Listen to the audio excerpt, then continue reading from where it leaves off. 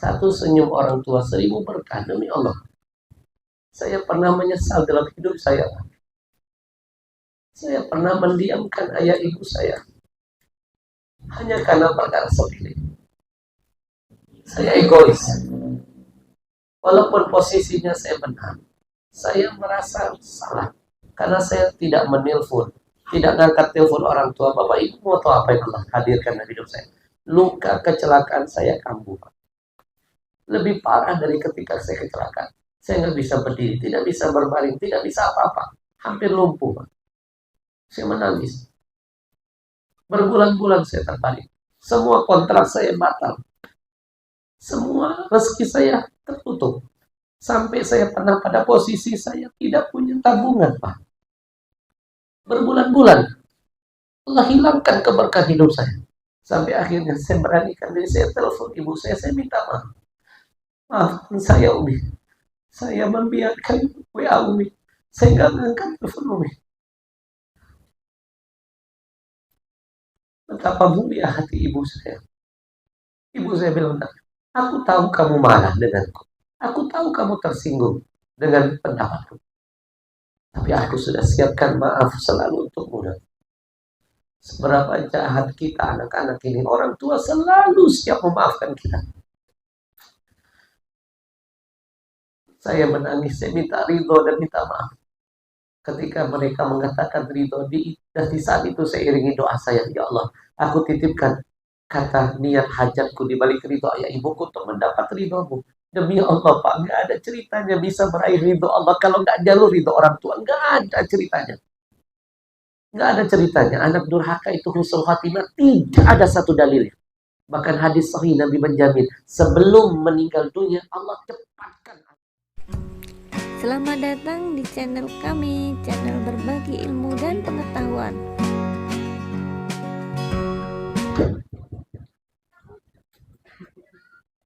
Bismillahirrahmanirrahim. Assalamualaikum warahmatullahi wabarakatuh.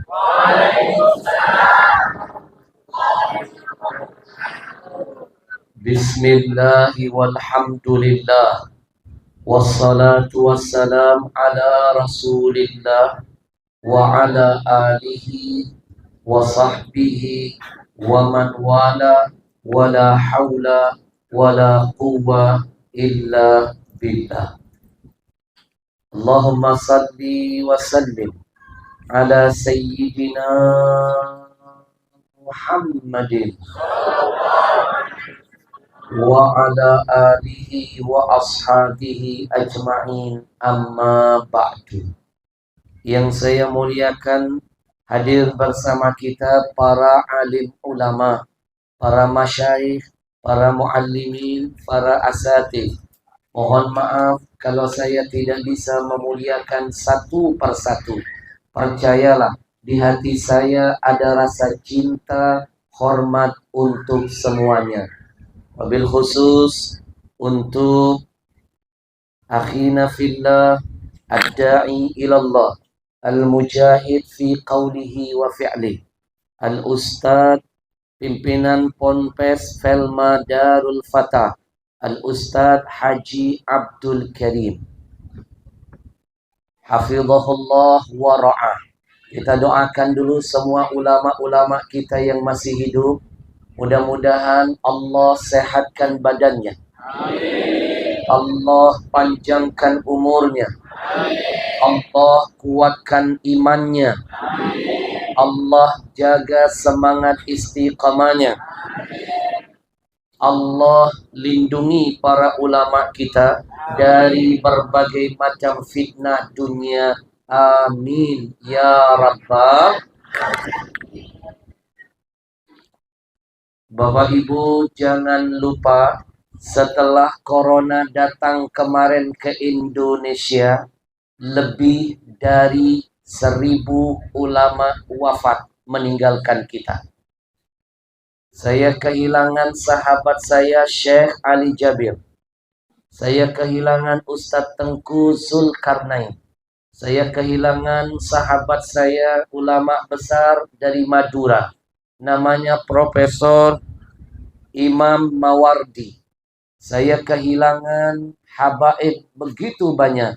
Salah satunya Al-Habib Naufal Al-Kaf, pimpinan Pondok Pesantren Darul Habib, murid dari Profesor Dr. Syekh Muhammad Al-Maliki Al-Hasani, ulama besar dari Mekah. Dan masih banyak ulama-ulama lain yang wafat yang tidak bisa saya sebutkan satu persatu. Mohon maaf kalau presiden hari ini meninggal dunia, besok rebutan orang langsung jadi penggantinya. Betul? Sekarang belum meninggal, yang 3 lagi rebutan. Ada Ganjar, ada Prabowo, ada Anies. Belum meninggal lagi pada rebutan. Gimana kalau sudah meninggal? Tapi kalau ini hari ulama yang wafat, 10 tahun Pak, 20 tahun Bu, 30 tahun ke depan, belum tentu ada yang bisa menggantikan ulama-ulama kita. Betul? 3 tahun corona datang ke negeri kita. 3 tahun. Tahun pertama corona datang, jenisnya Alpha. Yang langkah waktu itu hanya masker saja. Tahun kedua berubah jenisnya menjadi Delta. Yang langkah hand sanitizer dan oksigen. Tahun ketiga berubah lagi namanya menjadi Omikron. Kenapa yang langkah minyak goreng? Ada apa dengan corona ini? Betul. Kami para ulama yang tinggal di Jakarta, ketika corona pertama kali tiba, kami menderita. Saya tidak boleh kemana-mana. Semua jadwal tausiah saya di Jabotabek dibatalkan. Saya sempat protes dengan petugas. Kenapa kami tidak boleh ketemu jamaah? Kenapa? Petugas menasehati. Jangan Habib, Jakarta sekarang zona merah, zona hitam. Lebih bahaya dari zona merah. Kalau Habib memaksakan diri ketemu jamaah, Habib akan terkena positif corona. Kami sarankan sementara waktu, Habib, ikuti dulu pesan pemerintah. Hashtag di rumah aja, hashtag di rumah aja, hashtag di rumah aja. Bila perlu, Habib, jangan keluar-keluar dari kamar. Mulai aneh nasihat. 7 bulan loh Pak, saya nggak keluar-keluar dari rumah. 7 bulan loh Pak, saya nggak keluar-keluar dari rumah. 7 bulan loh Bu, saya nggak keluar-keluar dari kamar. Alhamdulillah, saya negatif, istri positif. 7 bulan.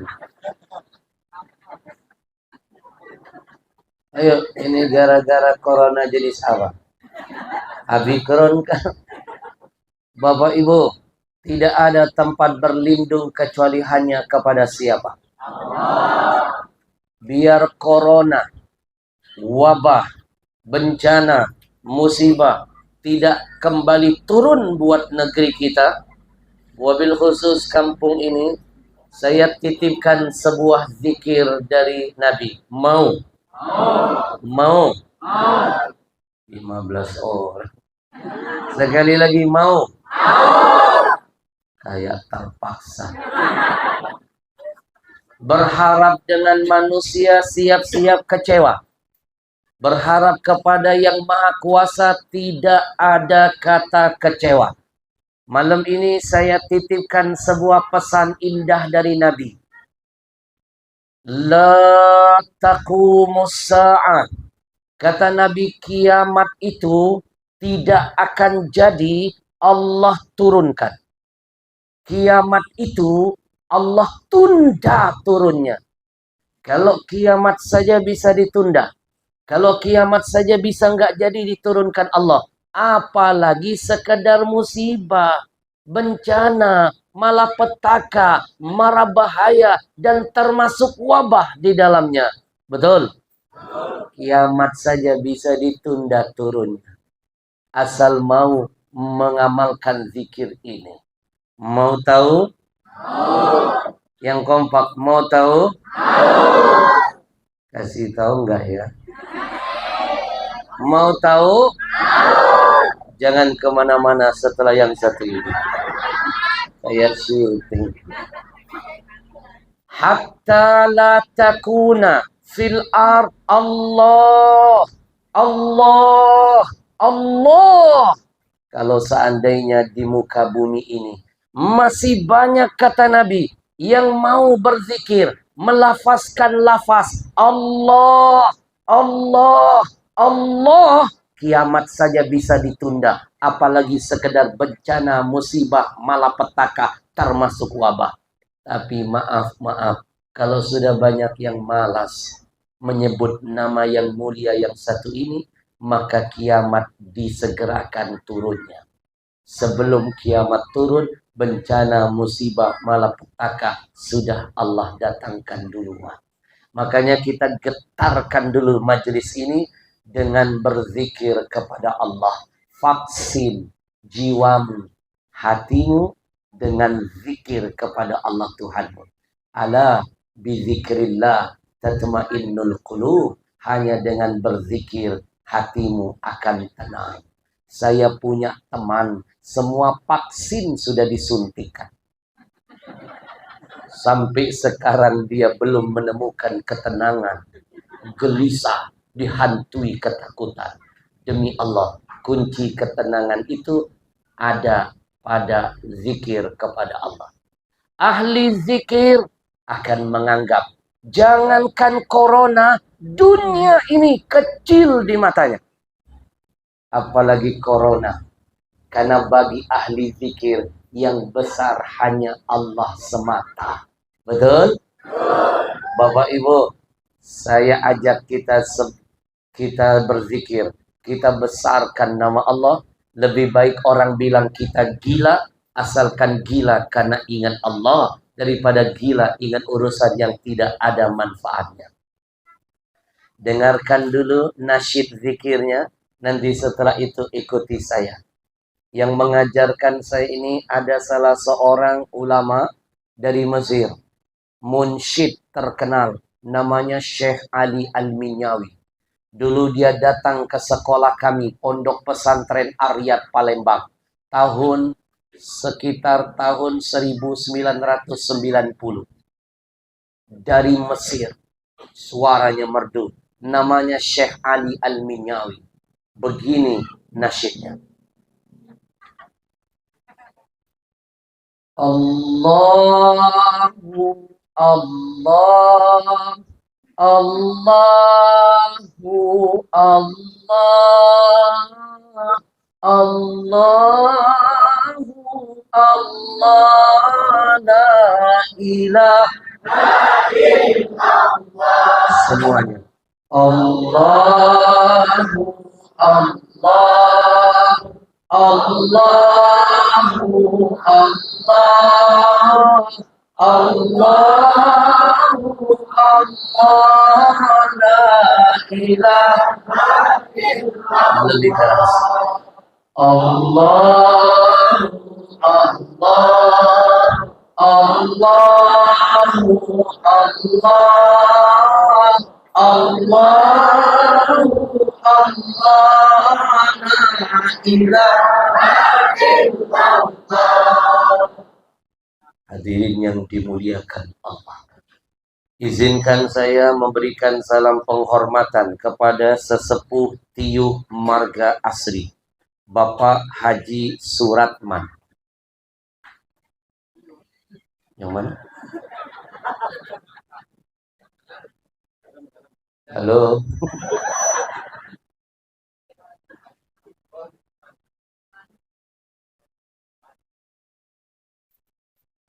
berarti beliau tidak ada di dunia nyata, di dunia lain.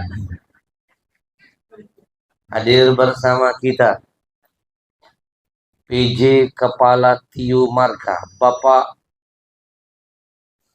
Israfil. Adakah hubungan dengan Israel? Kalau Israfil saya masih mau berdampingan. Kalau Israel saya minggir dulu.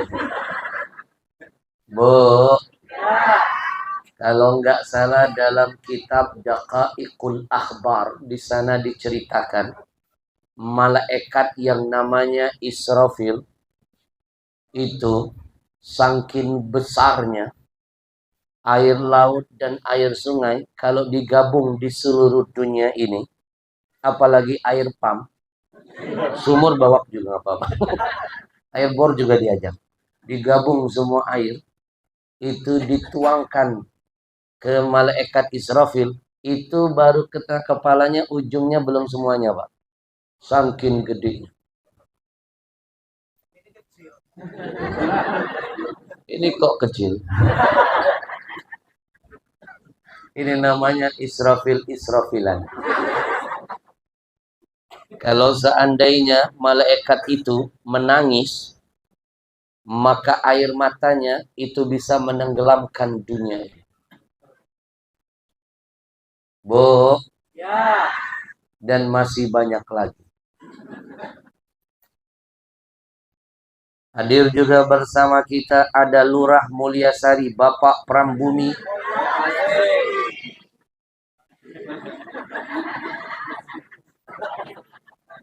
Yang ceramah siapa? Sejak kapan mak-mak marahin Habib? Baru kali ini kayaknya.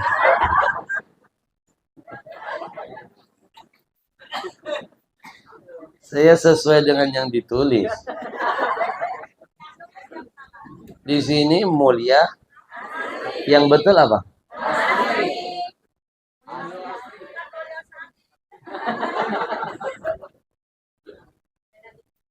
Saya ini ngetes. Berarti mereka ini cinta dengan tanah kelahiran. Bapak Prambumi Restu Aji. Yang mana? Oh, yang tadi. Pak Lurah. Beliau tadi wakaf Quran duluan. Saya buka wakaf Quran 30, beliau tidak sanggup. Beliau sanggupnya 40.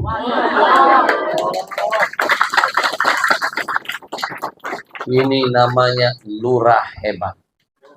Kalau ada lurah yang berani lelang urusan dunia, itu mah belum hebat. Dia urusan dunia nggak menyenangkan hati Allah dan Rasul, menyenangkan Rasulullah.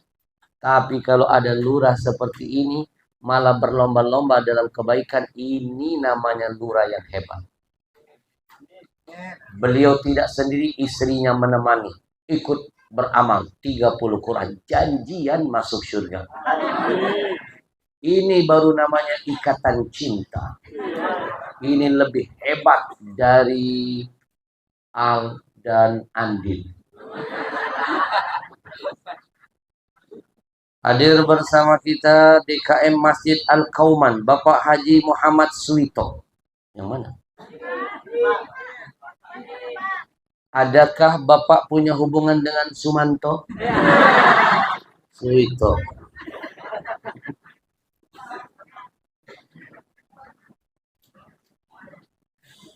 Wasilah malam ini berkat silaturahimnya Ustadz Usman berkolaborasi dengan Ustadz Alwi dan segenap panitia. Siapapun yang terlibat, membantu, memudahkan, memfasilitasi, termasuk kita yang memeriahkan, kita mohon kepada Allah, mudah-mudahan setiap kedip mata, hembusan napas, tetesan keringat, langkah kaki kita, semuanya dicatat nilainya ibadah di hadapan Allah. Amin. Ya Rabbal.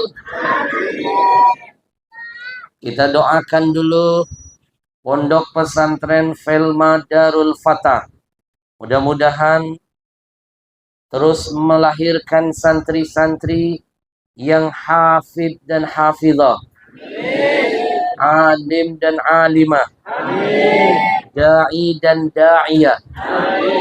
Mudah-mudahan tidak hanya hafizul Quran, tapi yang terpenting adalah hamilul Quran. Quran tidak hanya sebatas hafalan, tapi Quran menjadi sebuah pedoman dalam kehidupan. Bu, demi Allah, apapun yang menempel dengan Al-Quran pasti ada keberkahan. Apapun yang menempel dengan Quran pasti ada keistimewaan. Betul? Saya hadirkan faktanya. Bapak Ibu, ada yang namanya malaikat Jibril. Kecil bentuknya, lebih besar Israfil.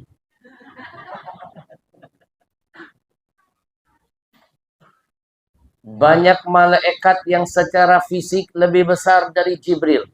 Tapi pertanyaannya, kenapa hanya Jibril diberikan keistimewaan, gelar khusus, afdalul malaika, malaikat yang paling mulia, yang paling afdal dari semua para malaikat?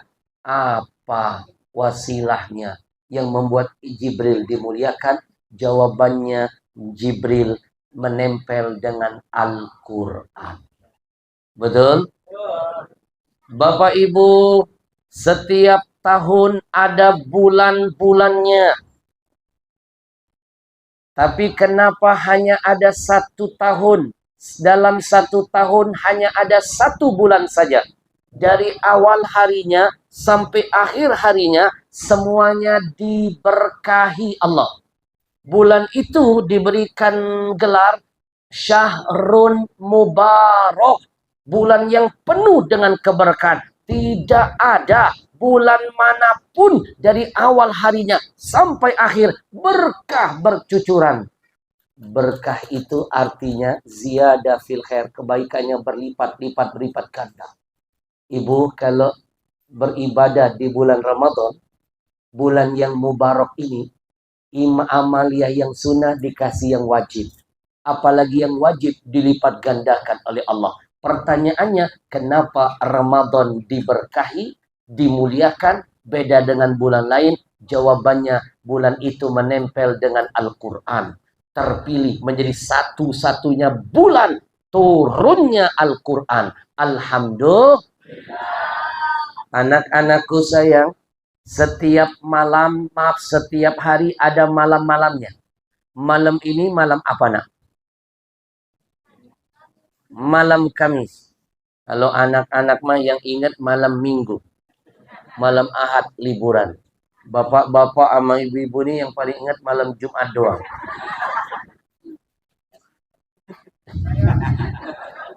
Setiap hari ada malamnya, Pak. Tapi kenapa hanya ada 1 malam saja yang nilainya lebih mulia dari 1000 bulan? Bukan 1000 malam, 1000 bulan, Pak. Malam itu diberikan nama Lailatul Qadar.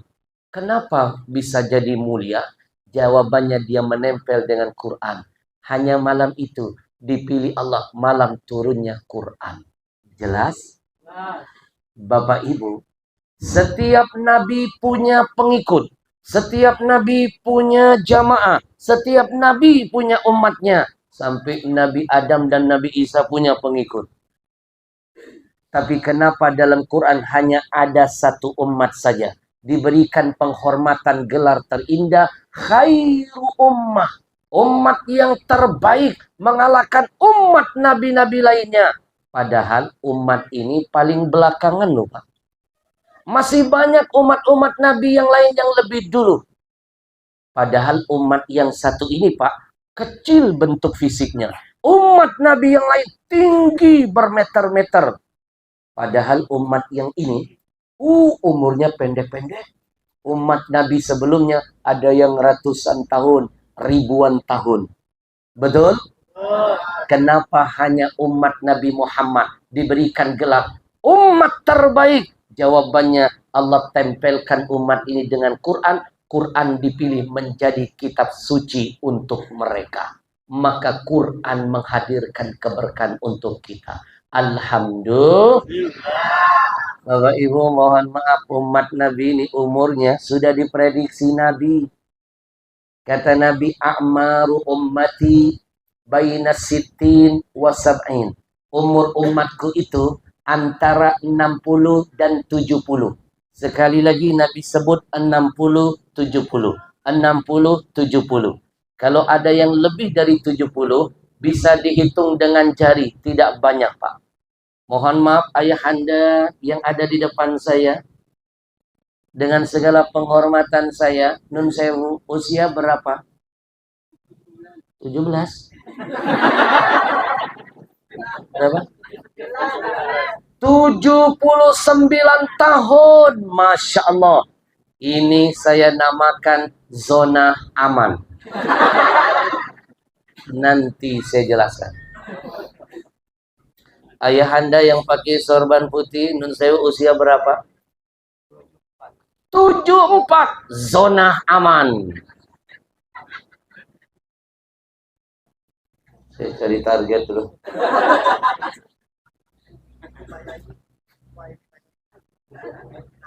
Pak Yai nun sewu, usia berapa? 53. Zona mendebarkan. Kenapa saya bilang mendebarkan? Menuju ke 60, sisa 7 tahun. Berdebar jantung. Kalau ini zona aman, kenapa Nabi sebut 60, 70? Lebih dari 70 zona aman. Betul. Mohon maaf, ayahanda yang pakai peci hitam, batik coklat, usia berapa?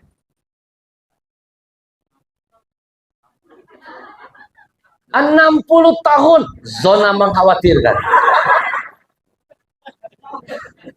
Kita doakan dulu yuk orang-orang tua kita, Allah panjangkan umurnya. Amin.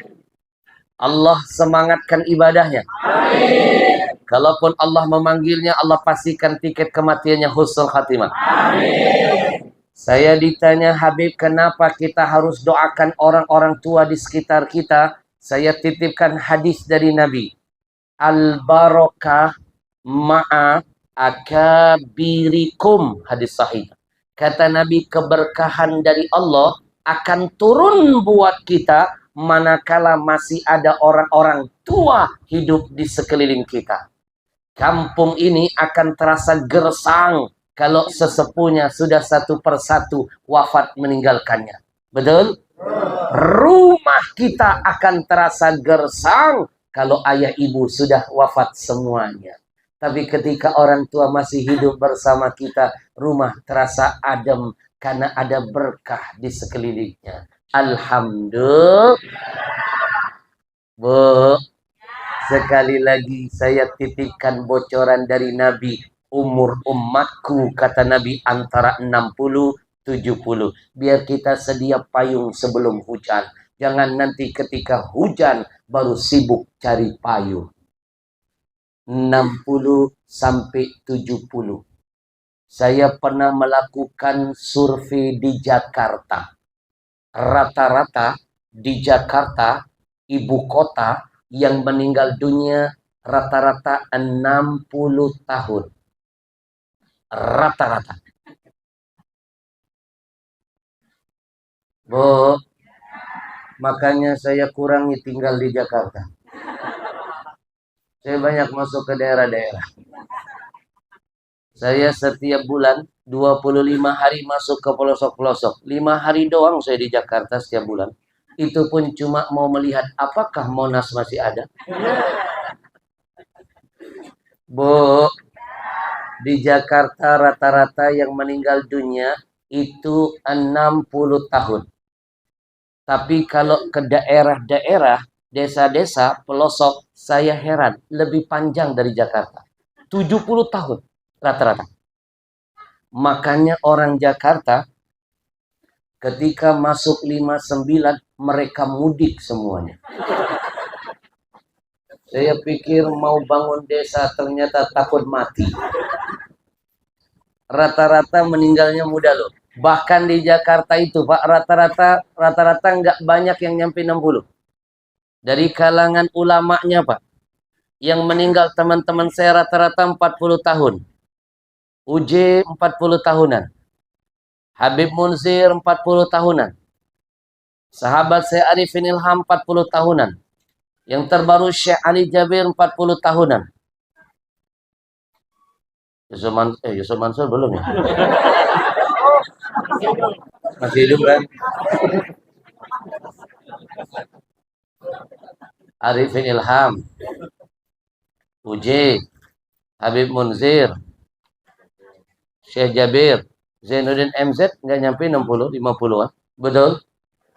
Bu, makanya kemarin sebelum COVID datang, ketika saya mau masuk 40, saya jujur cemas juga. Tiap malam mimpiin teman yang sudah meninggal. Kirain ini pertanda. Bu, itu dari kalangan ulama, dari kalangan artis malah lebih banyak yang lebih muda. Kalangan artis, Hercules meninggal usia muda. Olga lebih muda. Kayak Julia Perez kayak. Sampai sekarang meninggal loh kayak. Sampai sekarang. Kakek kenal Julia Perez? Enggak kenal. Pintar kakek. Kemarin ada kakek-kakek gaul. Saya tanya, kakek kenal Julia Perez? Dia bilang, Allah jangankan Julia Perez. Nikita Mirzani saya ngefans.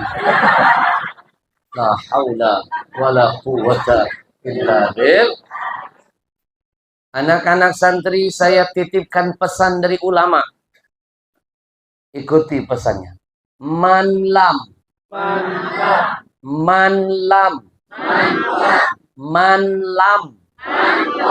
Yanfa.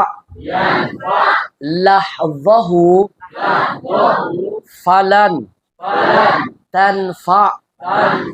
Lafzahu. Barang siapa yang ketika kita melihat wajahnya saja, baik langsung atau foto, lihat wajahnya, membuat kita nggak dapat manfaat apa-apa, nggak bikin kita dekat dengan Allah, maka dipastikan ucapan orang itu akan lebih menjauhkan kita dari Allah. Tapi kalau ada orang-orang, jangankan dia ada di depan kita, lihat fotonya saja memotivasi kita untuk beribadah dekat dengan Allah, maka demi Allah kata ulama, ucapannya akan lebih dahsyat menyetrum hatimu untuk lebih termotivasi dalam ibadahmu. Itu maksud pesannya. Jelas? Sallallahu alaihi Sallallahu. Coba lihat waktunya, subuh berapa jam? Menuju subuh berapa jam?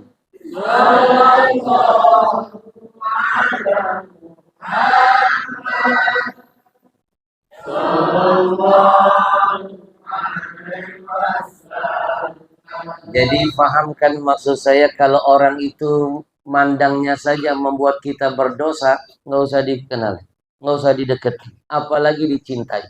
Almar'u ma'aman ahab. Hati-hati, salah mencintai artis, salah mengidolakan seseorang, itu akan menentukan langkah akhirmu ke depan. Almar'u ma'aman ahab. Kata Nabi, seseorang dibangkitkan bersama yang dia idolakan dan dia cintai. Kalau anak-anakku mengidolakan orang kafir, dibangkitkan bersama orang kafir, arahnya, tujuannya, relnya pasti ke neraka. Anak-anakku, kalau engkau mengidolakan ahli maksiat, nanti dibangkitkan bersama ahli maksiat. Saya pastikan jauh dari rahmat, apalagi syafaat Rasulullah. Betul?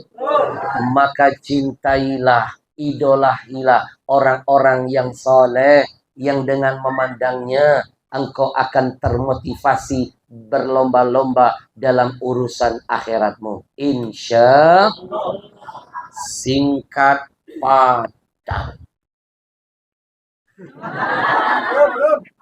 Dia doa. Bu, kita doakan dulu. Mudah-mudahan santri-santri yang hadir ini, anak-anak kita, mudah-mudahan jadi aset terindah dunia akhirat kita. Amin. Saya titipkan pesan, buat apa punya harta berlimpah, anak gak ada yang jadi soleh dan soleha. Lebih baik kita nggak usah punya apa-apa, asalkan anak kita ada yang jadi soleh, ada yang jadi soleha. Karena yang soleh dan soleha akan jadi harta tidak ternilai dunia sampai akhirat kita. Maka hari ini sekali lagi kita doakan pondok pesantren ini mudah-mudahan menjadi asbab keberkahan buat kampung ini, keberkahan bagi semua yang berjuang bersamanya. Amin ya rabbal Rahman ya Rahman, Sa'idni ya Rahman, Isyrah sadri Quran, Imla qalbi Quran, Waslih hayati Quran. Sekali lagi Bapak Ibu, apapun yang menempel dengan Quran pasti akan meraih kemuliaan, pasti akan meraih keberkahan, pasti akan mendapatkan keselamatan, pasti akan dapat kesenangan. Saya hadirkan cerita nyata. Mohon doanya, cerita nyata ini akan saya angkat jadi film. Film layar lebar dakwah kedua saya. Bapak Ibu, saya pernah sukses bikin film layar lebar dakwah pertama. Saya angkat dari buku yang saya tulis sendiri. Yang saya tulis buku itu selama 3 tahun setengah. Nulisnya sambil meneteskan air mata. Saya pastikan yang baca buku saya itu akan ingat dosa masa lalunya. Menangis terseduh-seduh. Nanti kapan-kapan saya datang lagi ke sini boleh? Khusus bedah tuntas buku fenomenal yang pernah saya tulis. Judulnya Ada Surga di Rumahmu. 3 tahun setengah saya nulis buku itu. Bagus buat kajian anak-anak dan keluarga. Biar mereka pada sadar jangan suka mencari surga yang jauh, lupa dengan surga yang dekat. Nangis kalau baca buku saya, nangis Pak. Soalnya saya pernah membuktikan Pak Lurah, saya ceramah di satu kampung, jamaah yang hadir ribuan orang, hidup semuanya. Tiba-tiba saya terharu begitu melihat ke belakang, nampak seorang preman, rambut gondrong, muka serem, badan penuh dengan bertatu, masih mau mendengarkan tausiah. Saya panggil dia, saya suruh ke depan, saya hadiahkan buku karangan saya itu. Apa yang terjadi? Belum dia buka plastiknya, belum dia baca isinya, baru dia pegang begini dengan tangannya, bergetar tangannya, menangis preman itu terseduh-seduh. Saya tanya dia, abang, kenapa abang menangis? Ternyata dia menangis karena nggak bisa baca. Saya sudah ger, Pak Lurah.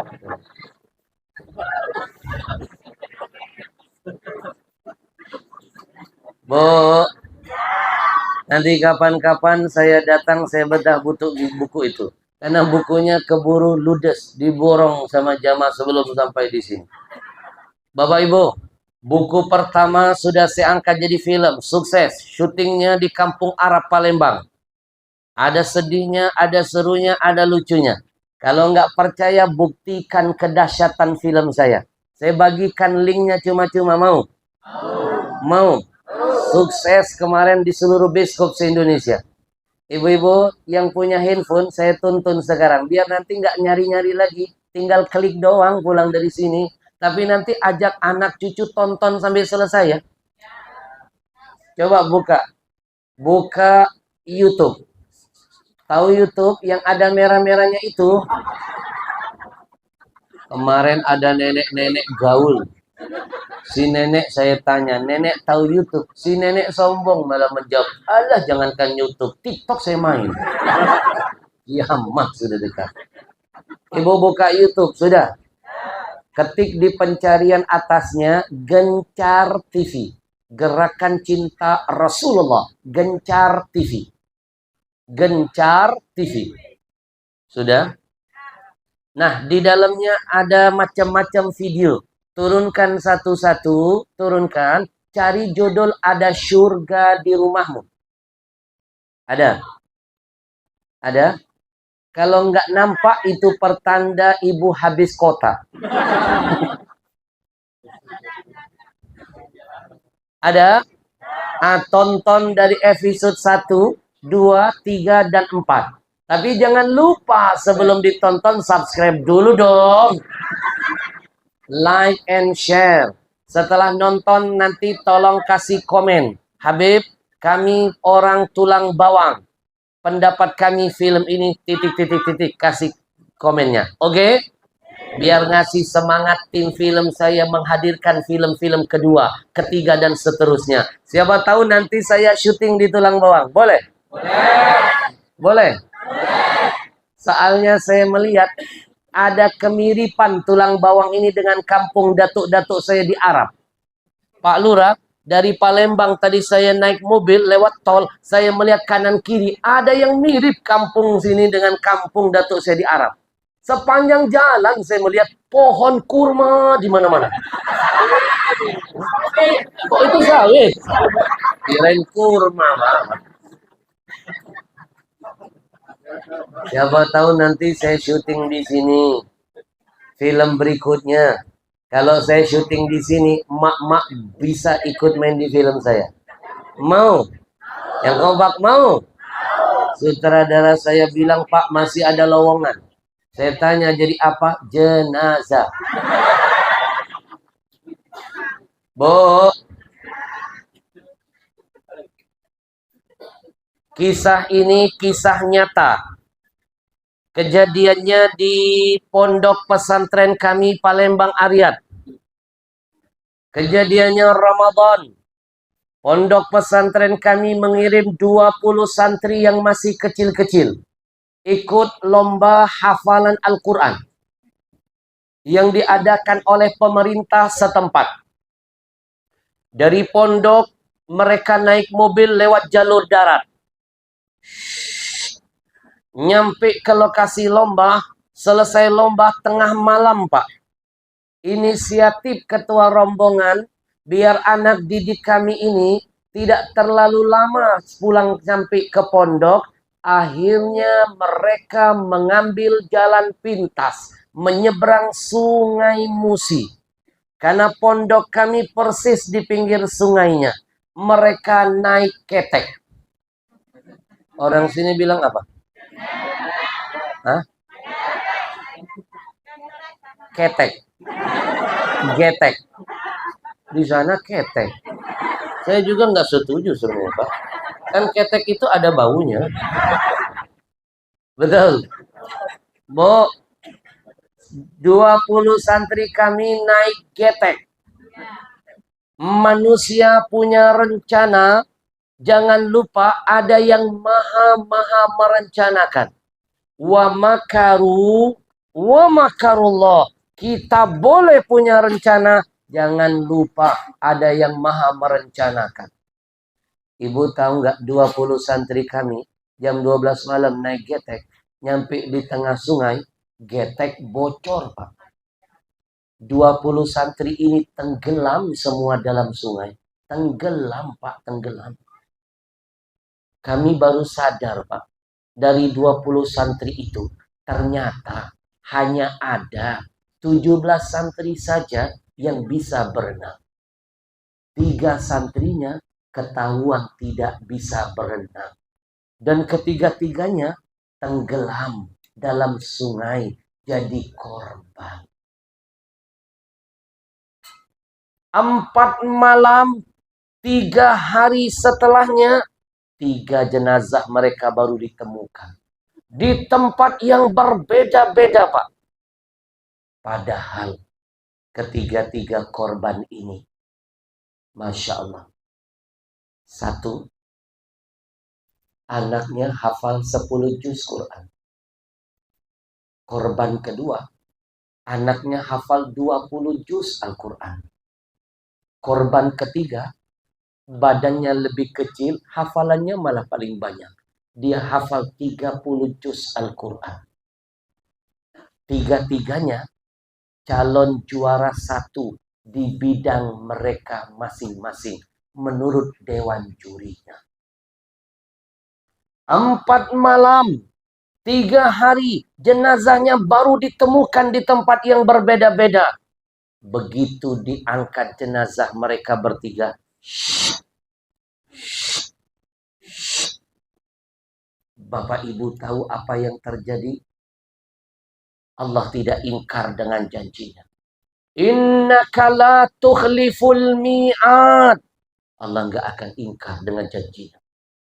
Apa saja yang pernah Allah janjikan? Inna nahnu nazzalna dzikra wa inna lahu lahafizun. Bapak Ibu, saya potong-potong ayatnya jadi 4 bagian biar gampang menghafalnya. Ikuti saya, dengarkan saya, setelah itu ikuti. Biar pulang dari sini paling nggak ada 1 ayat yang kita hafalkan. Dari 1 ayat berapa jumlah hurufnya? Bukankah 1 huruf saja mendatangkan 10 pahala? Inna nahnu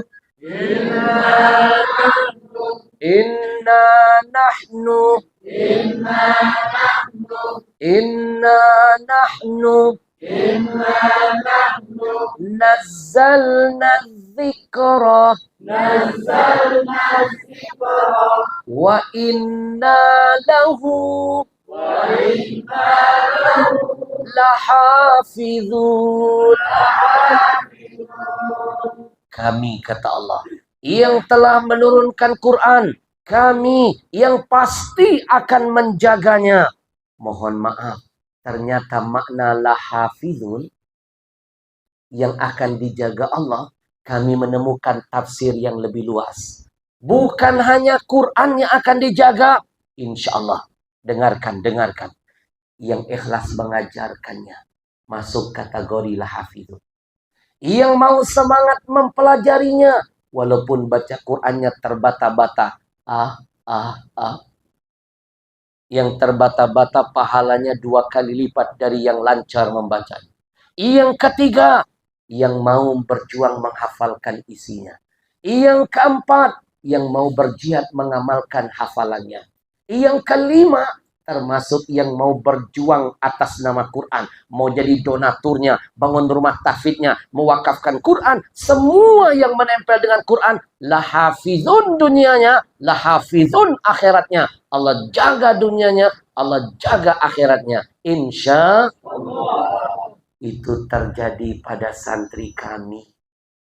Bapak Ibu bayangkan 4 malam, 3 hari tenggelam dalam sungai. Begitu diangkat jasad mereka bertiga, apa yang terjadi, Pak? Ada keanehan. 4 malam, 3 hari tenggelam dalam sungai. Begitu diangkat jasadnya, Masya Allah, ada keanehan. Bu, Ibu, penasaran kan? Penasaran kan?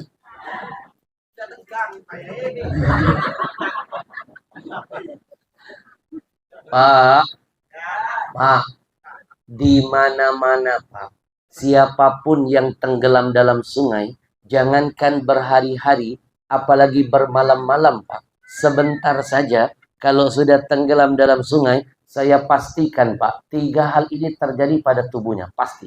1, membengkak. Kenapa membengkak? Banyak kadar air pasti masuk ke dalam tubuhnya. Kedua, membiru. Kenapa membiru? Karena dia akan terombang-ambing, terbawa arus yang sangat deras dan pasti berbenturan dengan benda keras di dalam sungai. Yang ketiga, membusuk. Tapi subhanallah, ketiga-tiga santri kami yang hafal 10 juz, 20 juz, 30 juz, 4 malam 3 hari tenggelam dalam sungai. Begitu ditemukan jasadnya, Masya Allah, ada keanehan.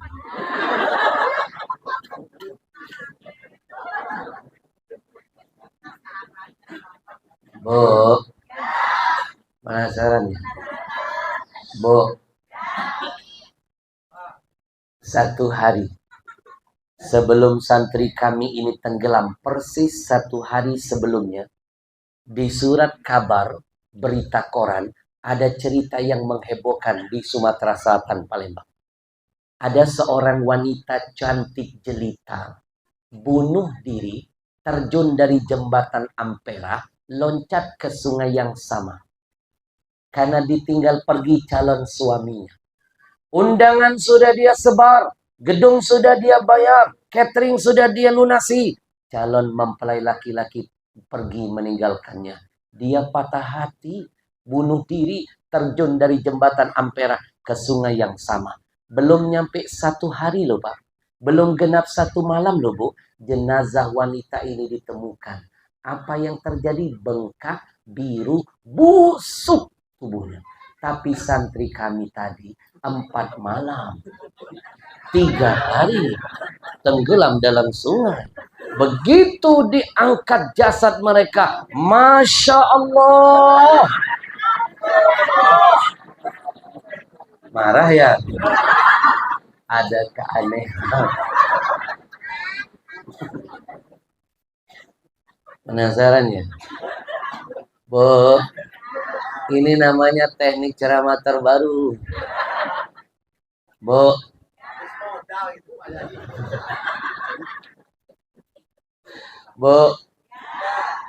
Bu, sampai-sampai ada petugas yang mengevakuasi.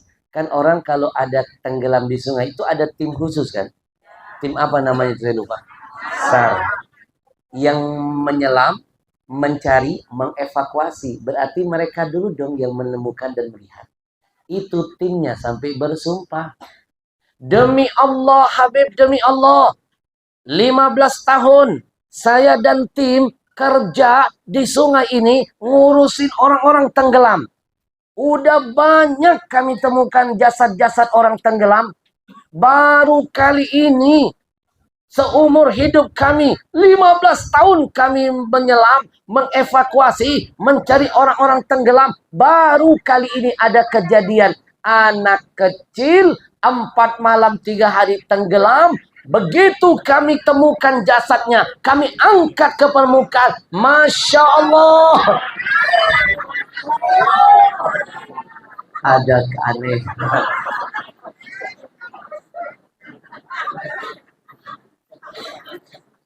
Apa judul filmnya nanti kita kasih judul ada keanehan saja? Bu, nggak sabar pengen lanjutannya. Yang kompak dulu kepengen. Keanehan apa yang Allah nampakkan buat kami semuanya. Dan saya sampaikan hari ini biar jadi motivasi bagi yang lain mendengarnya. Agar terus mendekatkan diri kepada Al-Quran. Mau tahu? Yang kompak mau tahu? Jangan kemana-mana setelah yang satu ini. Allahumma rahamna bil Quran. Demo. Waj'alhu lana imama wa nura wa huda. Allahumma zakirna. Oh, toh. Sunduk dulu ya. Wa 'allimna. Siapkan 100. Warzuqna tilawah.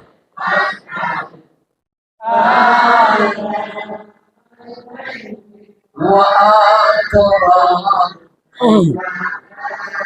waj'alhu lana hujjatan.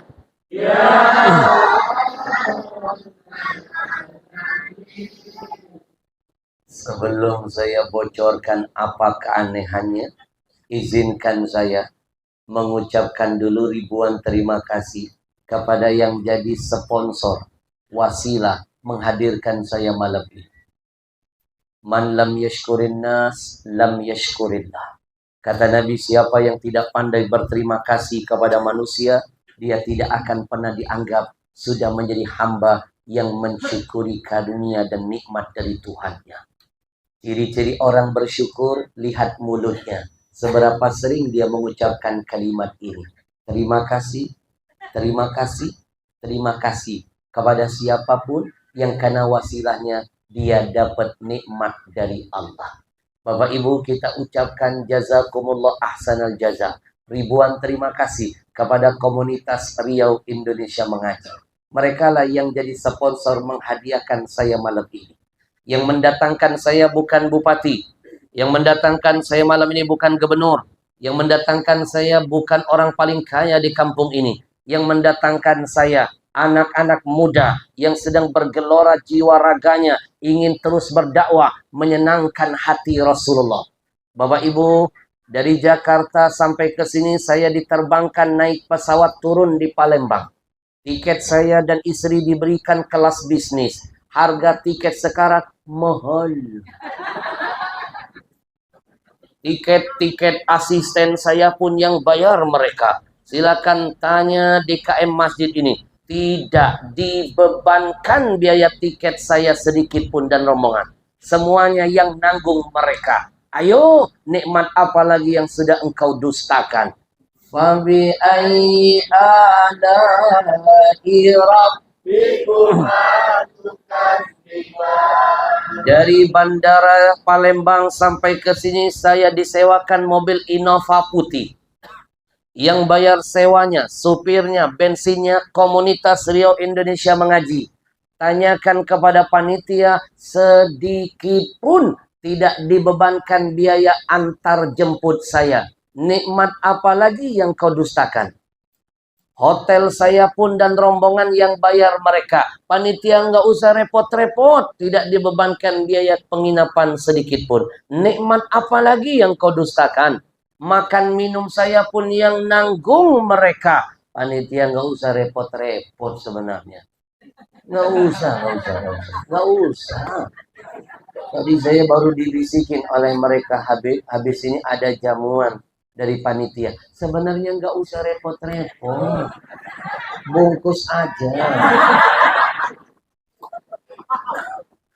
Bahkan malam ini panitia tidak perlu memberikan kepada saya 1 rupiah pun tidak usah. Saya Ahmad Al-Habsyi jauh-jauh dihadirkan dari Jakarta sebagai hadiah terindah untuk semua jamaah. Gratisan, mereka yang menghadirkan. Alhamdulillah. Jadi rugi betul yang malam ini tidak memanfaatkan momen ini. Rugi. Belum tentu bisa melihat saya live begini. Selama ini kan cuma lihat saya di TV doang kan. Sebenarnya saya juga sering lihat mak-mak dari TV. Rugi betul yang gak mau duduk di majelis ini. Belum tentu sejarah ini akan terulang kedua kali. Belum tentu. Mohon maaf. Kalau mengundang saya pribadi. Mohon. Yang mahal ongkosnya bukan saya. Bu, saya titipkan ilmu tambahan. Kalau seandainya kebaikan bisa dilakukan malam ini, jangan bilang besok. Belum tentu besok umur dipanjangkan, kebaikan bisa diulang. Kalaupun umur dipanjangkan, belum jaminan badan disehatkan. Ingat, jangan bilang kapan-kapan, nanti keburu di kapan. Jangan bilang nanti keburu mati. Karena semua pasti mati. Betul? Kullu nafsin dha'iqatul. Orang cerdas bukan menunggu datang mati. Bukan. Apalagi dikit-dikit mau mati. Dikit-dikit mau mati. Dia pikir dengan bunuh diri selesai masalah. Oh tidak. Dengan menciptakan itu, justru dia, dengan bunuh diri, dia menciptakan masalah yang lebih besar. Neraka jahanam menanti. Anak-anak sekarang patah hati, putus cinta, minum baygon. Bu, kemarin ada di Jawa, kalah jadi kades gantung diri. Dia ambil tali, Dia ikat di pohon, dia gantungkan diri, dia terjun. Tidak mati. Kenapa? Karena dia ngikat tali di perut Pak Lur. Bukan di leher. Ditangkap basah warga. Sampean lagi ngapain sih? Bunuh diri. Kalau mau bunuh diri, gantung diri, ngikat talinya jangan di perut dong, di leher. Dia jawab, sudah saya coba, sakit tadi rupanya. Bu,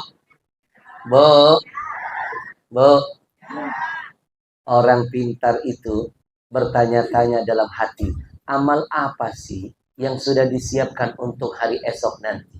Karena Nabi kasih bocoran yang menemani kita dalam kubur cuma amal. Yutba'ul mayyit salasatun. Ada 3 yang pasti mengiring mayit.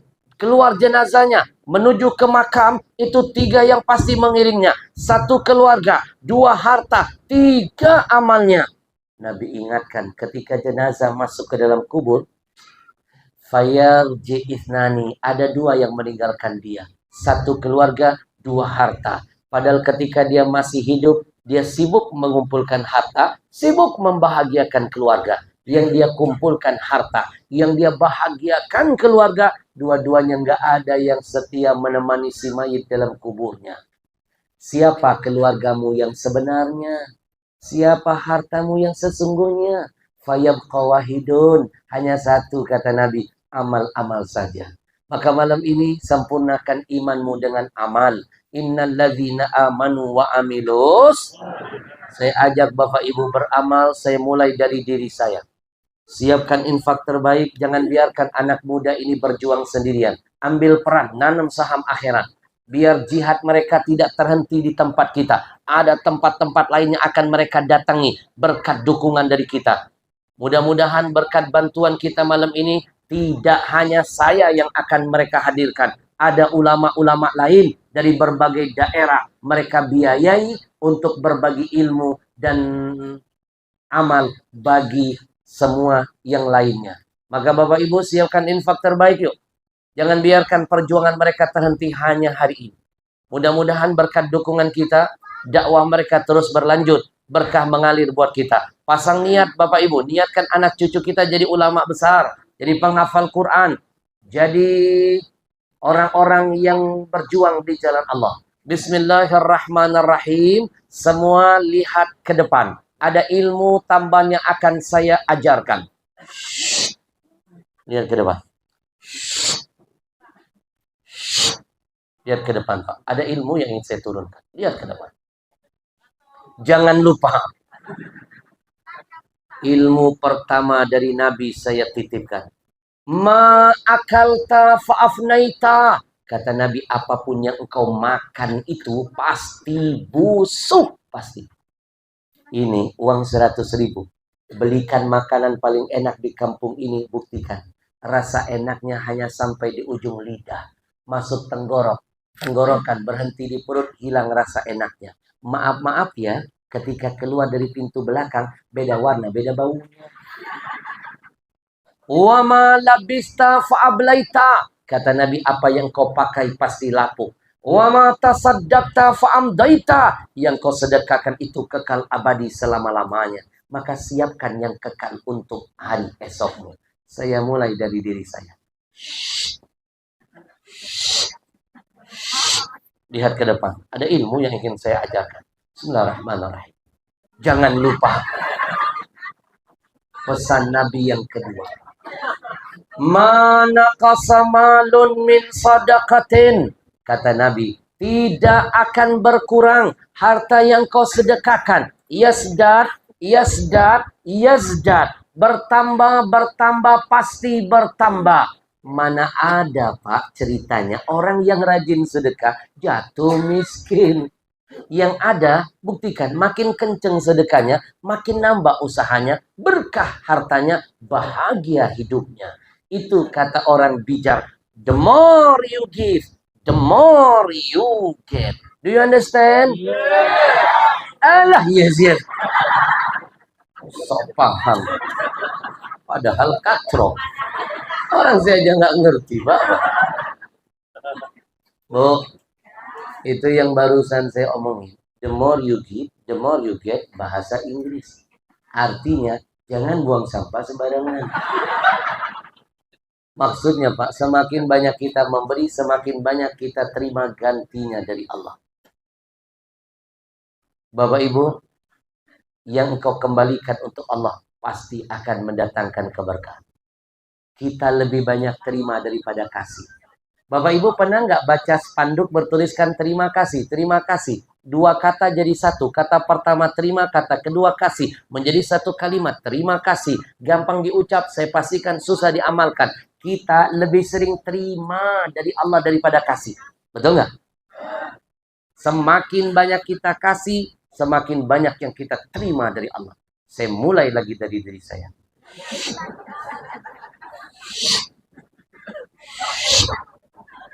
Bismillahirrahmanirrahim.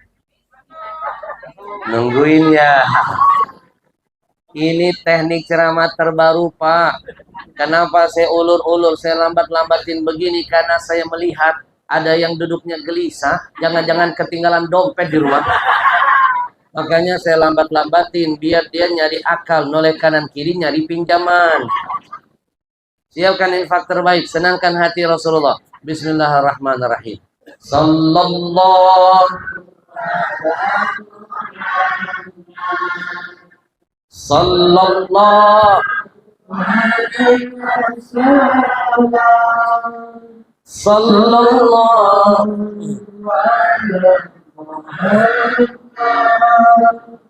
Sallallahu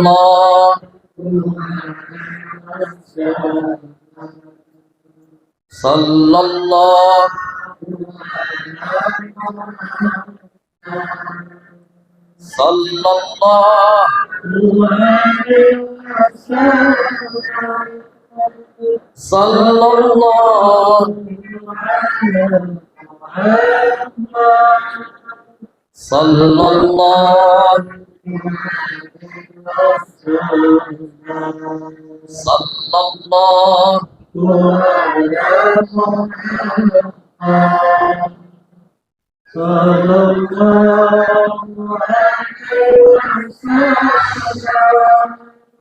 Sallallahu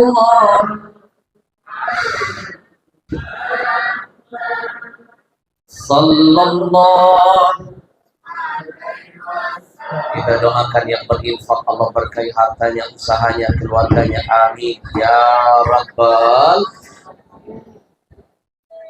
Mati. Yang lain dimatiin aja suara.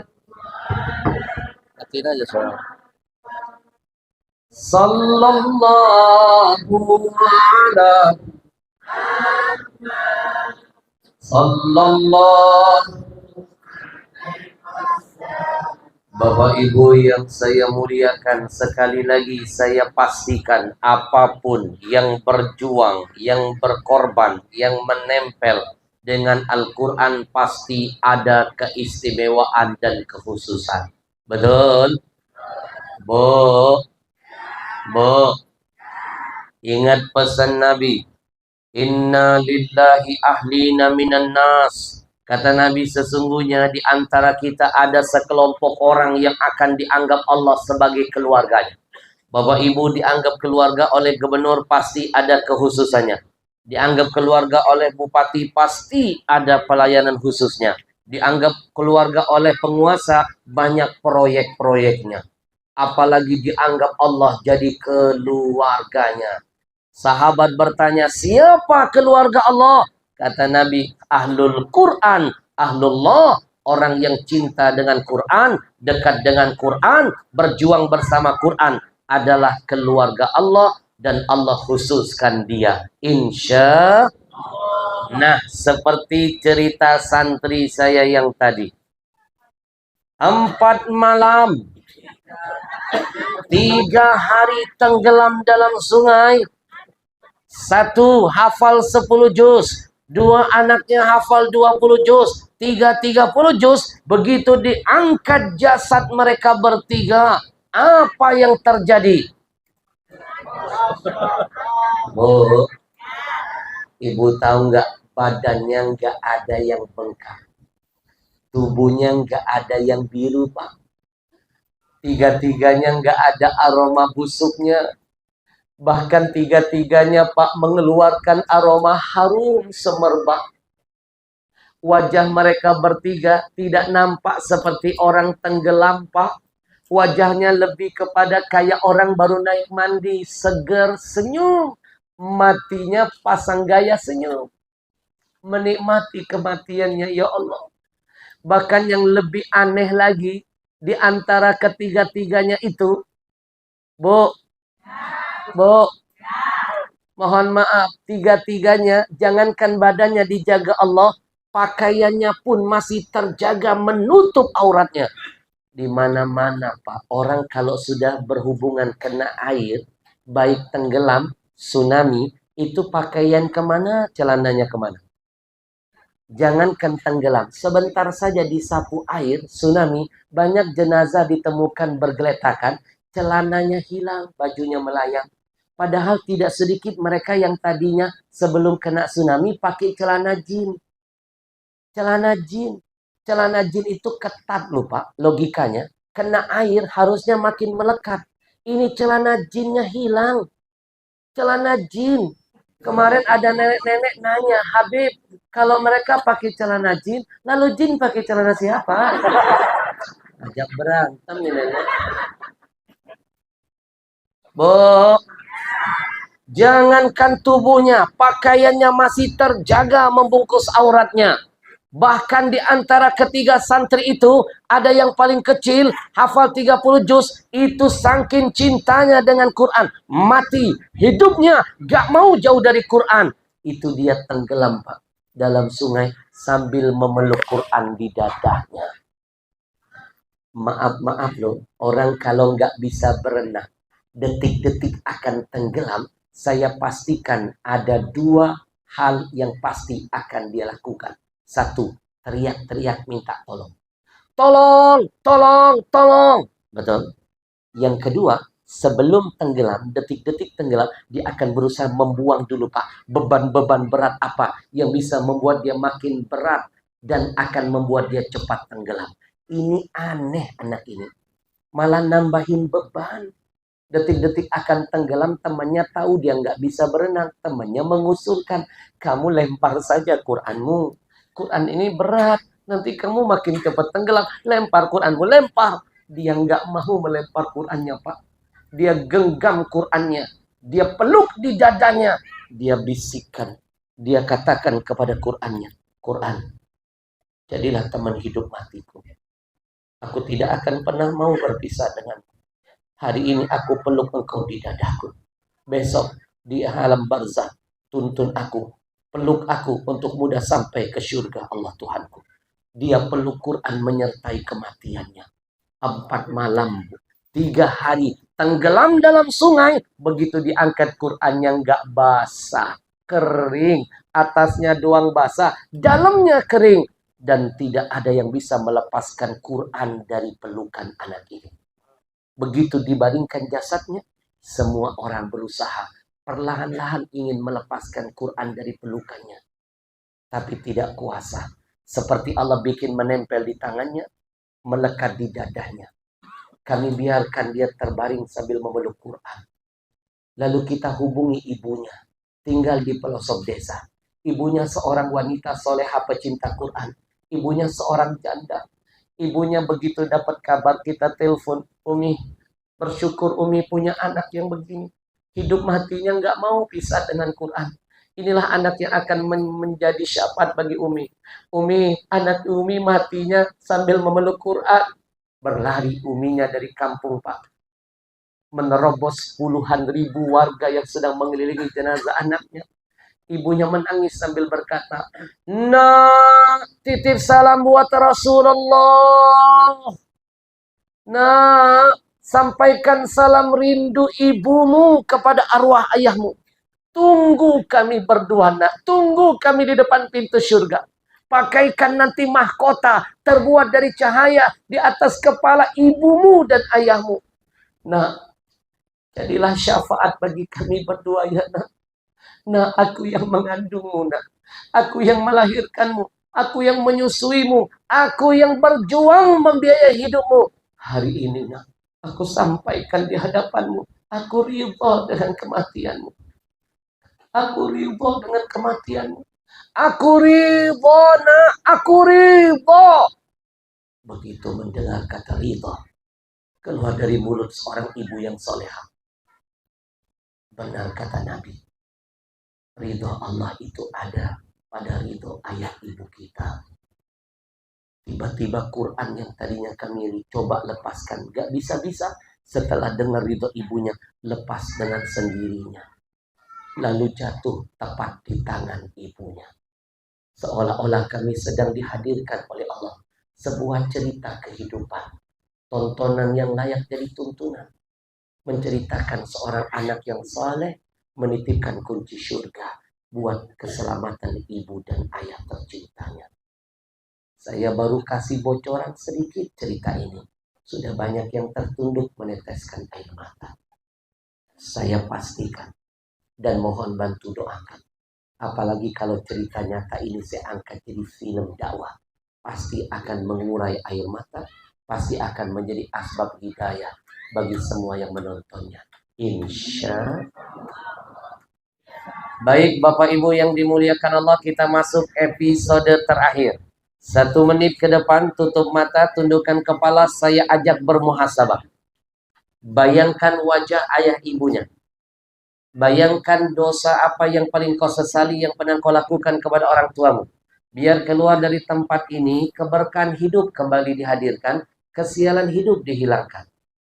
Bapak Ibu, tutup mata, tundukkan kepala, kita bertobat dari dosa besar yang satu ini. Bismillahirrahmanirrahim.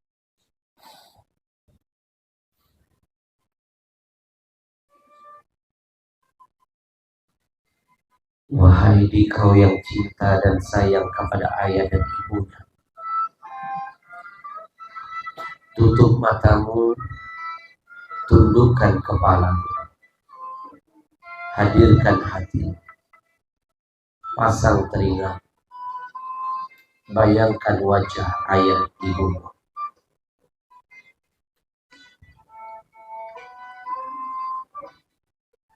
Semakin kau pejamkan matamu, semakin engkau akan merasakan kehadiran ayah ibumu di hadapan.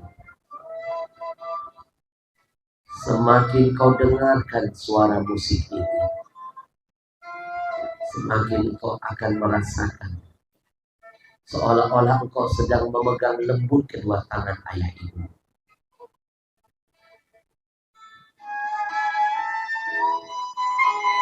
Teruslah tenggelam lebih dalam, lebih dalam, lebih dalam. Bayangkan seolah-olah malam ini engkau sedang mendengar suara orang tua. Bayangkan seolah-olah malam ini engkau sedang mencium pipi dan kening ayah ibu. Bayangkan seolah-olah malam ini engkau sedang memeluk tubuhnya. Hadirkan semua kenangan indah yang pernah diberikan ayah ibumu untuk membahagiakan hidupmu. Lalu tanyakan hati kecilmu, kebaikan apa yang sudah engkau persembahkan untuk ayah ibumu? Sadarkah kita? Terkadang kita lebih sering meminta kepada ayah daripada memberi. Sadarkah kita? Terkadang kita lebih sering membuat ibu kita menangis daripada tersenyum. Ingat satu tetes air mata yang pernah kita keluarkan dari mata mereka. Kalau kita tidak segera bertobat kepada Allah, kalau kita tidak segera mendapatkan ridho dari mereka, maka buktikan setiap tetes air mata itu akan menjadi kesialan dalam hidup kita, akan mendatangkan 1000 kesialan, 1000 bencana dan musibah hadir dalam hidup ini. Maka menangislah engkau malam ini, menangislah, menangislah, menangislah. Sebelum Allah membuat engkau menangis selama-lamanya di akhirat sana. Menangis di dunia sebentar, menangis di akhirat selama-lamanya. Istighfar kepada Allah. Kalau yang hadir malam ini, adalah anak-anak yang pernah membenci dan memusuhi ayah ibunya. Istighfarlah kepada Allah. Kalau kita pernah mencuri milik ayah ibu kita, istighfar kepada Allah. Kalau kita pernah membentak mereka, istighfar kepada Allah. Kalau kita sering membohongi keduanya, istighfar kepada Allah. Kalau kita pernah memandang wajah mereka dengan tatapan kebencian dan amarah, istighfar kepada Allah. Kalau kita pernah mengecewakan hati dan perbuatan mereka, kalau kita pernah mengecewakan hati dan harapan mereka, istighfar kepada Allah.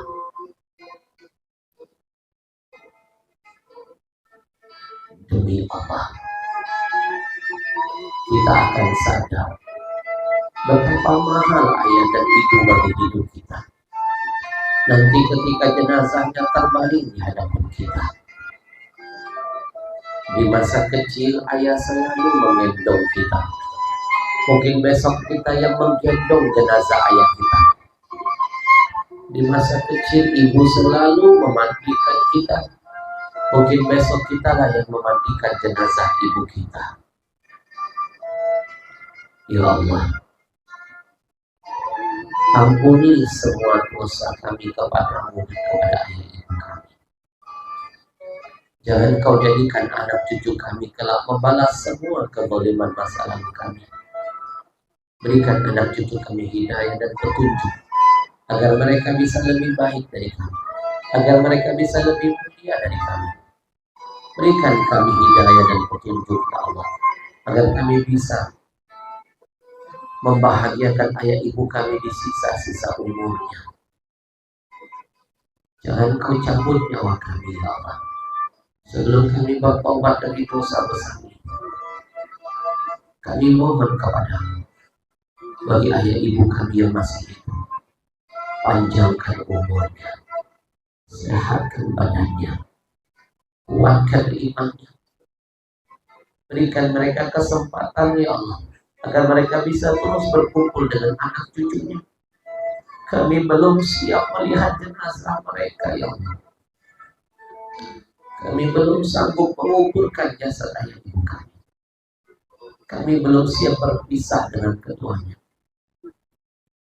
Kami sayang dengan mereka. Kami lebih banyak meminta daripada memberi kepada mereka. Kami lebih banyak menyusahkan daripada membahagiakan hidup mereka. Berikan kami kesempatan satu kali lagi, ya Allah, agar kami bisa membahagiakan mereka di hari-hari tuanya, di sisa-sisa umurnya. Berikan kami keluasan rezeki dan harta, ya Allah, agar kami bisa terus menghajikan dan mengumrahkan mereka, agar kami bisa terus membahagiakan hidup mereka dan terus beramal atas nama-nama mereka. Ya Allah, ya Rahman, ya Allah, ya Rahim, bagi orang tua kami yang sudah meninggal dunia, sayangi mereka, ya Allah. Luaskan kubur mereka, ya Rahman. Kami rindu dengan ayah ibu kami. Kami rindu, ya Allah, kami rindu. Kami bodoh pada menyanyiakan hidup mereka sebelumnya. Ketika dahulu mereka masih hidup, kami malas mencium pipi, keding, dan tangannya. Ketika mereka sudah meninggal dunia, kami baru sibuk mencium-cium batu nisannya. Ketika dahulu mereka masih ada, kami malas betul pulang kampung membesuk dan merawatnya. Ketika mereka sudah tiada, kami sibuk mendatangi kuburannya, ya Allah. Kami bodoh, ya Allah.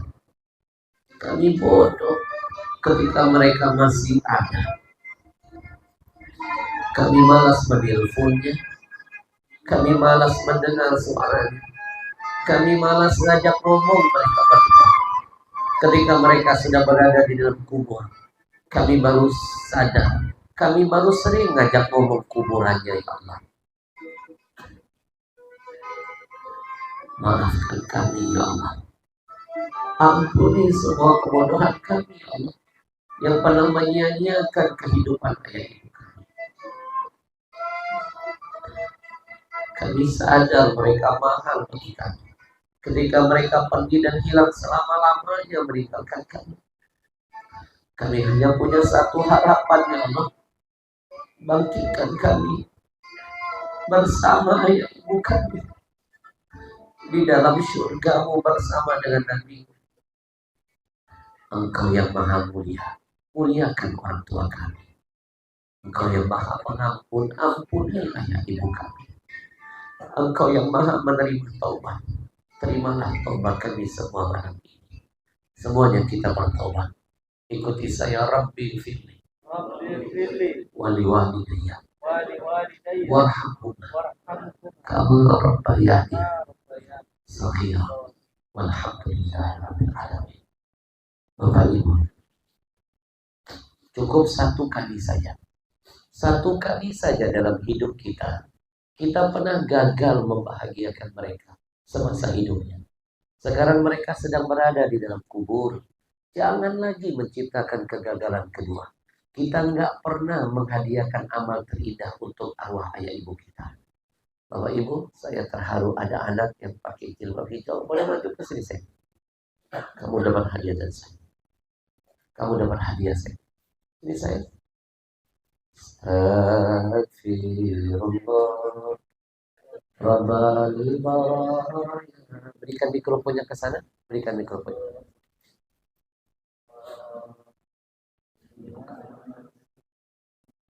Lebih cepat ilham. Assalamualaikum sayangku. Namamu siapa? Namamu siapa? Namamu siapa? Kenapa kamu menangis sayang? Kamu teringat siapa?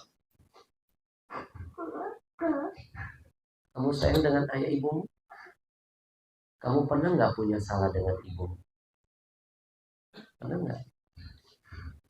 Menangis. Kamu peluk ibumu, kamu cium ibu. Kita nggak sadar mungkin itu pelukan kita yang terakhir, ciuman kita yang terakhir. Pulang dari sini, telepon ayah ibunya. Kalau bisa kamu peluk dan cium. Satu senyum orang tua 1000 berkah demi Allah. Saya pernah menyesal dalam hidup saya. Saya pernah mendiamkan ayah ibu saya hanya karena perkara sepele. Saya egois. Walaupun posisinya saya benar, saya merasa salah karena saya tidak menelpon, tidak ngangkat telepon orang tua. Bapak ibu mau tahu apa yang Allah hadirkan dalam hidup saya? Luka kecelakaan saya kambuh. Lebih parah dari ketika saya kecelakaan. Saya nggak bisa berdiri, tidak bisa berbaring, tidak bisa apa-apa, hampir lumpuh. Saya menangis. Berbulan-bulan saya terbaring. Semua kontrak saya batal. Semua rezeki saya tertutup. Sampai saya pernah pada posisi saya tidak punya tabungan, Pak. Berbulan-bulan Allah hilangkan keberkahan hidup saya. Sampai akhirnya saya beranikan diri, saya telepon ibu saya minta maaf. Maafkan saya Umi. Saya membiarkan WA Umi. Saya nggak ngangkat telepon Umi. Betapa mulia hati ibu saya. Ibu saya bilang, aku tahu kamu marah denganku. Aku tahu kamu tersinggung dengan pendapatku. Tapi aku sudah siapkan maaf selalu untukmu. Seberapa jahat kita anak-anak ini, orang tua selalu siap memaafkan kita. Saya menangis, saya minta ridho dan minta maaf. Ketika mereka mengatakan ridho, di saat itu saya iringi doa saya, ya Allah, aku titipkan kata niat hajatku di balik ridho ayah ibuku untuk mendapat ridhomu. Demi Allah Pak, nggak ada ceritanya bisa meraih ridho Allah kalau nggak jalur ridho orang tua. Nggak ada ceritanya. Nggak ada ceritanya. Anak durhaka itu husnul khatimah. Tidak ada satu dalilnya. Bahkan hadis sahih Nabi menjamin, sebelum meninggal dunia, Allah cepatkan azabnya di dunia. Kita nggak sholat, kita berzina, kita mabukan, kita maksiat apapun nanti azabnya kalau sudah mati. Tapi kenapa Nabi khususkan untuk durhaka? Itu nggak menunggu mati, masih hidup pelakunya diazab di dunia, disegerakan. Ini menunjukkan bahwa ini perkara dosa besar setelah dosa syirik. Saya maki-maki diri saya mangis sampai sekarang. Setiap dakwah saya nggak lupa untuk mengajak jamaah muhasabah. Bukan untuk Bapak Ibu, tapi sebenarnya untuk bisa menghapus terus dosa saya. Mungkin selama ini saya masih terus ada dosa. Dengan cara inilah setiap pengajian saya minta ampun sama Allah. Paling nggak semata saya sudah terlalu sering menangisi dosa. Demi Allah, Pak. Begitu orang tua saya meridhoi saya, luka saya langsung sembuh. Beberapa hari berikutnya saya bisa berdiri, bisa berjalan sampai detik ini. Dan rezeki saya malah diberkahi Allah. Lebih berkah dari sebelumnya. Buktikan omongan saya. Yang ingin keluar dari segala problema hidup, ingin berkah anak cucunya, mulai sekarang jangan ada lagi luka di hati orang tua. Mau sebenar apapun kita, lebih baik kita mengalah untuk demi menjaga perasaan mereka. Saya nggak pernah mau lagi mengangkat suara saya. Saya nggak pernah mau dimarahi, mau diapapun, walaupun saya benar siap menerima. Lebih baik saya mengalah di hadapan mereka, menang mulia di hadapan Allah. Sejahat apapun ayah ibumu, mau dia nggak tanggung jawab dalam hidupmu, bukan hak kamu menghukum ayah ibumu. Itu hak dia nanti di hadapan Allah. Sebagai anak, mau orang tua kita kafir sekalipun, tetap kita punya hak berbakti, taat kepadanya, dan mendoakannya. Saya hadiahkan satu Quran buat ananda kita. Bapak Ibu, masih ada kesempatan untuk kita terus menebus kesalahan kita. Bagi mereka yang masih hidup, bahagiakan sisa umurnya. Bagi mereka yang sudah wafat, saya titipkan pesan dari Nabi, jangan lupakan nasib mereka dalam kubur. Nabi berikan bocoran, Pak. Mal mayyit fil qabri kal ghariqil mutaghawis. Orang yang mati di dalam kuburnya, Nabi bocorkan, Pak, nasibnya itu tragis seperti orang tenggelam di tengah-tengah lautan.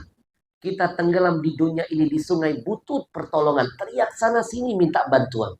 Apalagi arwah-arwah kita dalam kubur, mereka teriak tiap hari, tiap detik manggil anaknya, cucunya, suaminya, istrinya, ayah, ibunya. Dan mereka butuh bantuan, Pak.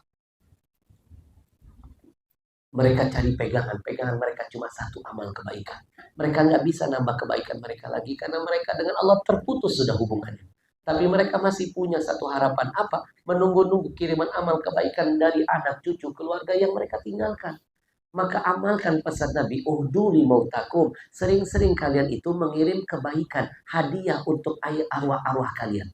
Para sahabat bertanya, apa hadiah buat mayit ya Rasul? Ada dua, Pak. Kata Nabi, satu doa, tadi sudah kita panjatkan. Dua sedekah, ayo kita sempurnakan.